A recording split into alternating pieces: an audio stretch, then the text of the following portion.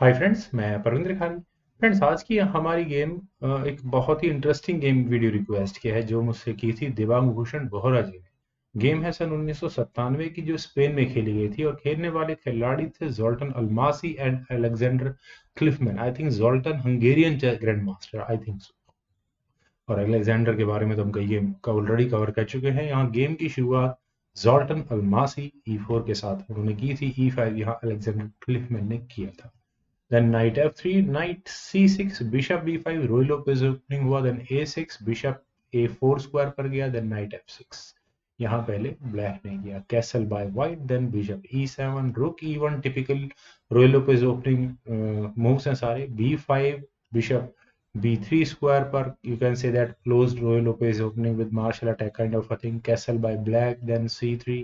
और इस पॉइंट पर आई थिंक मुझे ऐसा लगता है कि ब्लैक शायद अपने बिशप को b7 स्क्वायर पर ले जा सकता था, लेकिन यहाँ d5 पहले ब्लैक ने किया। तो e takes d5, knight takes d5, then knight takes e5, knight takes e5, rook takes e5, then c6।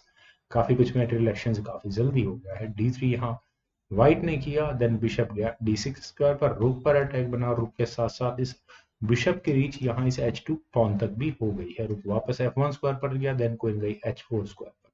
G3 queen पर अटैक। देन क्वीन गई H3 स्क्वायर पर। और अब ब्लैक के प्लान्स बहुत हद तक क्लियर नजर आने लगे हैं कि रुक E4। और फ्रेंड्स, रुक के E4 स्क्वायर पर आने का सिर्फ एक ही मतलब होता है।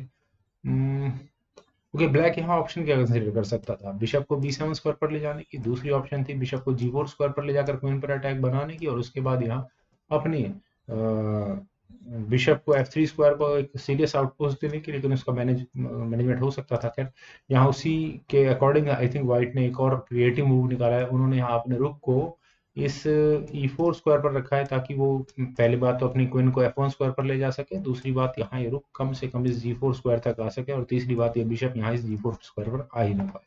खैर, क्वीन D7 यहाँ पहले ब्लैक ने किया। देन नाइट गया D2 स्क्वायर पर। देन बिशप D7 और फिर दोबारा वही माइट बी थ्रेट बिशप रुक तक पहुंचने की। तो क्वीन F1 पहले यहाँ व्हाइट ने किया। Then C5, that's okay. Then रुक E1 स्क्वायर पर गया।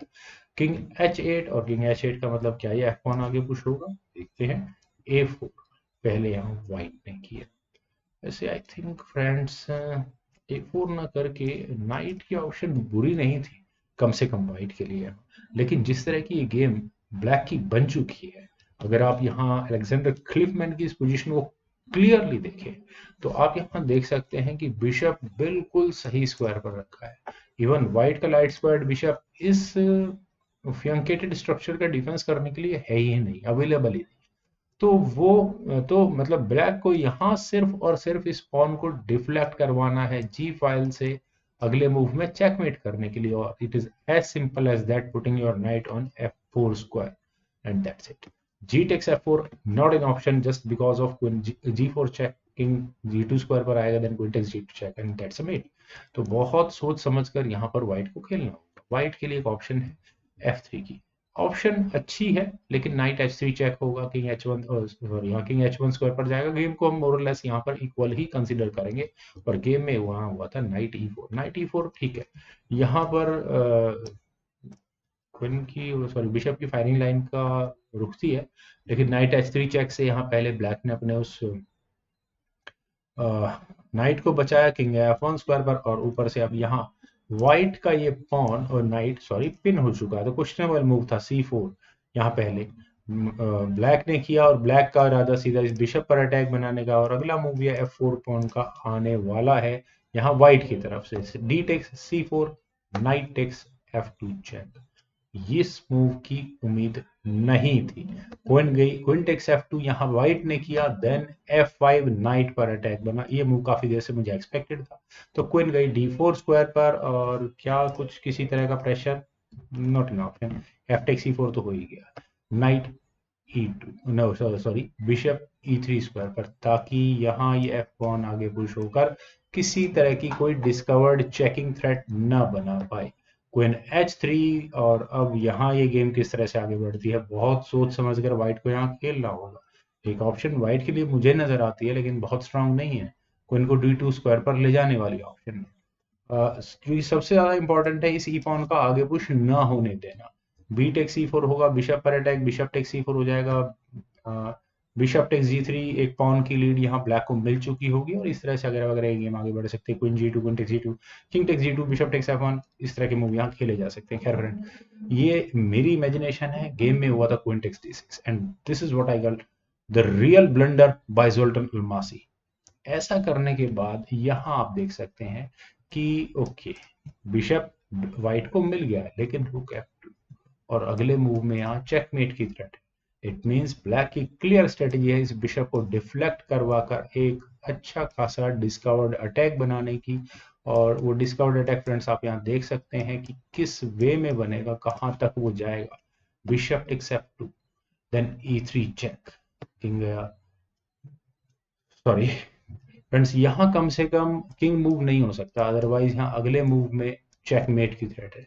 तो व्हाइट को यहाँ करना ही पड़ा क्वीन D5, उन्हें यहाँ अपनी क्वीन गंवानी पड़ी। बिशप टेक्स D5 चेक, सी टेक्स D5 होने के बाद अब हम जरा मटेरियल काउंट करते हैं। दो रुक्स के सामने एक क्वीन है ब्लैक के पास, दैट्स ओके, और एक रुक के सामने दो बिशप है, तो यानी कि व्हाइट को थोड़ा सा एडवांटेज तो है। और पॉन्स की बात करते हैं, दो पॉन के सामने एक पॉन हैंगिंग कह सकते हैं, और ऊपर से यहाँ इस पॉइंट पर ये चार पॉन्स, दो पॉन, तो पॉन के मतलब मैं व्हाइट को positionally advantage, sorry material wise advantage में मानूंगा, लेकिन पोजिशनली थोड़ा वीक है यहाँ पर। ई टेक्स F2, बिशप ऊपर से चला गया है, रुक सॉरी मैंने रुक बिशप का मूव काउंट नहीं किया था, तो अब यहाँ व्हाइट पूरी तरह से डाउन है। रुक F8, यहाँ इस F2 पॉन का डिफेंस किया। Then A takes B5, queen G4 square पर, क्वीन के G4 स्क्वायर पर आने का क्या मतलब निकलता है, some kind of no, checkmate की थ्रेट है यहाँ अगले में, तो किंग को मूव करना ही होगा।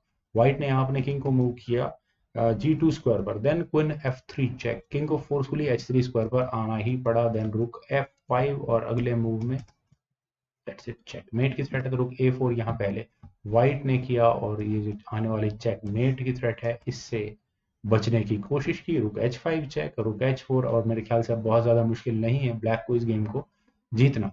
रुक टेक्स H4 चेक हुआ, किंग टेक्स H4 होने के बाद जब कोई E2 स्क्वायर पर गए, तो ज़ोल्टन अल्मासी ने यहाँ रिजाइन कर दिया रेजिग्नेशन की वजह कि ये रुक नहीं बच सकता। अगर ये रुक कहीं बचता भी है तो ब्लैक यहाँ अपने एफ पॉन को आगे पुश करके क्वीन प्रमोट कर चुका होगा, और यहाँ व्हाइट को अपना ये रुक गंवाना होगा। तो फ्रेंड्स, कमाल की गेम थी।